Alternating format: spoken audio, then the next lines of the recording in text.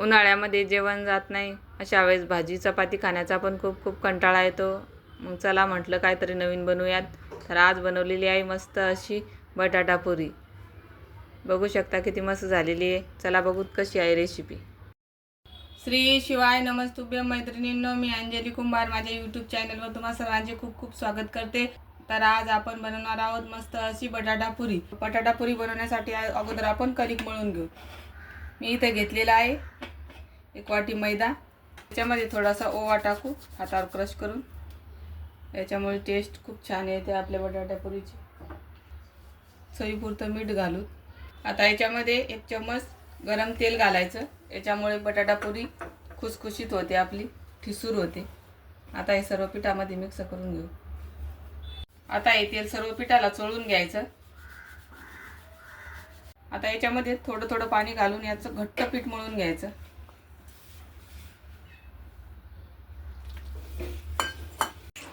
तरी ते मी या पद्धतीने घट्ट पीठ मळून घेतलेलं आहे. आता आपण याला असं वरतून तेल लावू आणि 15 मिनिटं असं झाकून ठेवू. बटाटा पुरीचं स्टफिंग बनवण्यासाठी मी इथे घेतलेले आहे 3 बटाटे उकडून मॅश करून घेतलेले आहेत. आता त्यासाठी साहित्य बघू.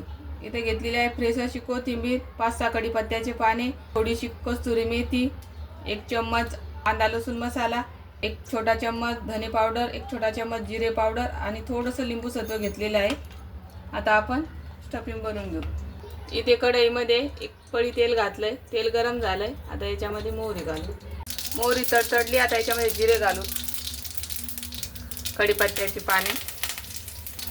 आता याच्यामध्ये बटाटे घालू. बटाटे आता याच्यामध्ये परतून घेऊ. बटाटे मी तेलामध्ये 1 मिनिट परतून घेतलेले आहेत. आता याच्यामध्ये मसाले घालू. अर्धा चम्मच हळद, गरजे इतकं लाल तिखट, कांदा लसूण मसाला 1 चम्मच, 1 छोटा चम्मच धनेपूड. आता हे मसाले बटाट्यामध्ये परतून घेऊ. मसाले व्यवस्थित परतले गेलेले आहेत. आता याच्यामध्ये चवीपुरतं मीठ घालू. भरपूर अशी कोथिंबीर घालायची. कोथिंबीर व्यवस्थित मिक्स करून घ्यायची पूर्ण स्टफिंगमध्ये. आता याच्यामध्ये थोडंसं लिंबू सत्व घालू. लिंबू सत्व थोडंच घालायचं, नाही तर यानं जास्त आंबटपणा येतो. थोडंच घालायचं. थोडीशी कस्तुरी मेथी घालायची. हे मिक्स करून घ्यायचं.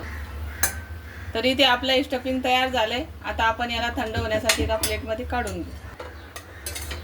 आता हे स्टफिंग मी एका प्लेटमध्ये काढून घेते.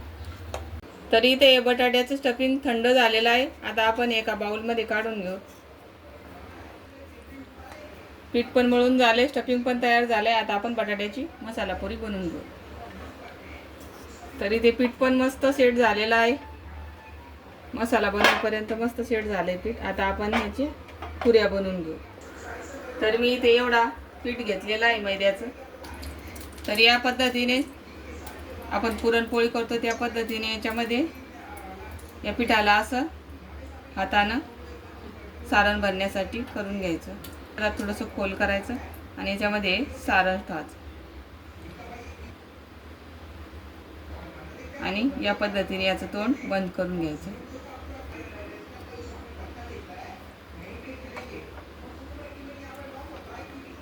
एकदम हलक्या हाताने लाटायची पुरी.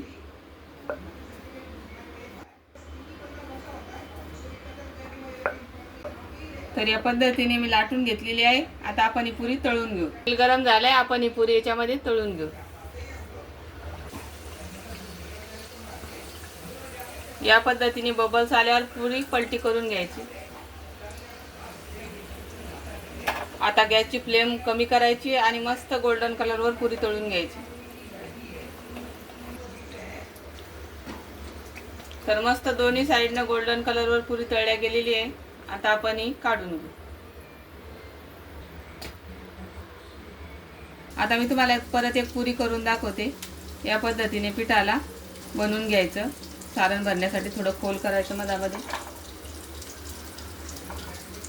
थोडंसं सारण घालायचं असं आणि पूर्ण कढाया पिठाच्या जोडून घ्यायच्या.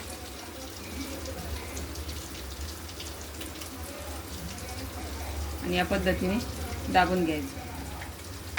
आता ही पुरी पण मी एकदम हलक्या हाताने लाटून घेते. एकदम जोरात नाही लाटायची, नाही तर सारण बाहेर येईल.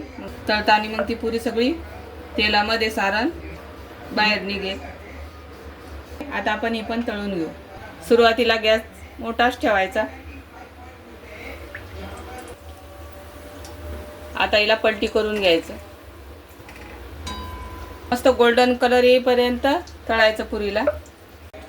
तर ही पुरी पण मस्त गोल्डन कलरवर मी तळलेली आहे. तुम्ही बघू शकतात किती मस्त कलर आलाय. आता राहिलेल्या पुऱ्या मी या पद्धतीने तळून घेते. तरी ते तयार झालेले आहेत आपल्या सगळ्या बटाटा पुरी तळून, आणि त्याच्यासोबत मस्त अशा मिरच्या तळलेल्या आहेत.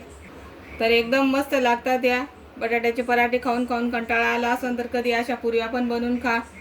तर तुम्हाला ही माझी बटाटा पुरीची रेसिपी कशी वाटली नक्की कमेंटमध्ये सांगा. आणि रेसिपी आवडत असेल तर लाईक करा, शेअर करा, सबस्क्राईब करा. तर आता आपण चेक करू कशी झाली तर आपली पुरी. तर बघू शकता मस्त स्टफिंग पूर्ण पुरीत भरल्या गेलेल्या आहे आणि आपली मसाला पुरी मस्त तयार झाली. तुम्ही सॉससोबत दह्यासोबत खाऊ शकतात.